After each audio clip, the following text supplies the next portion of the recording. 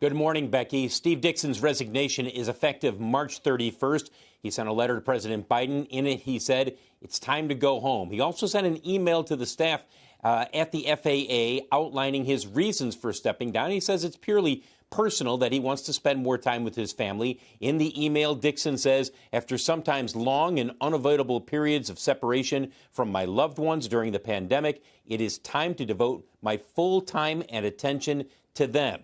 This has been a rough 2.5 years for the FAA, and Steve Dickson has been front and center as they have taken really a lot of heat for what happened with the certification of the 737 MAX, which, by the way, all of that happened before he became the head of the FAA.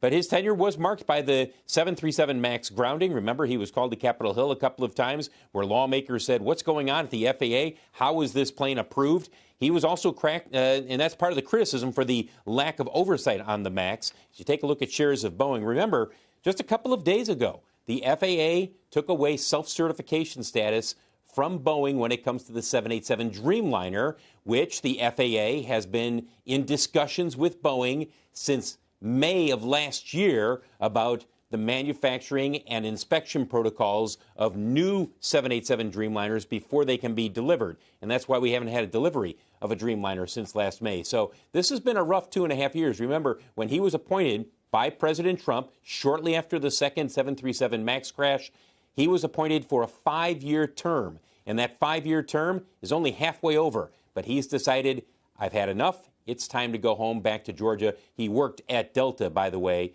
before he was appointed to run the FAA. Guys, back to you. Phil, what's this mean for the industry right now?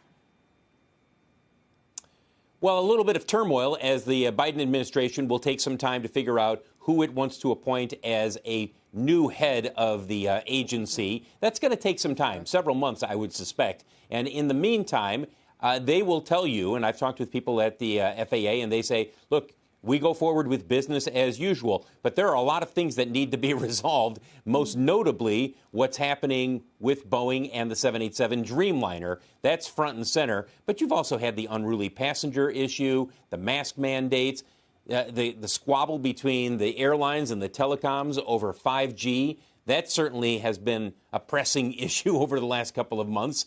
So there's a lot of work that still needs to be done and a whole host of future technology issues that need to be addressed in some fashion over the next couple of years.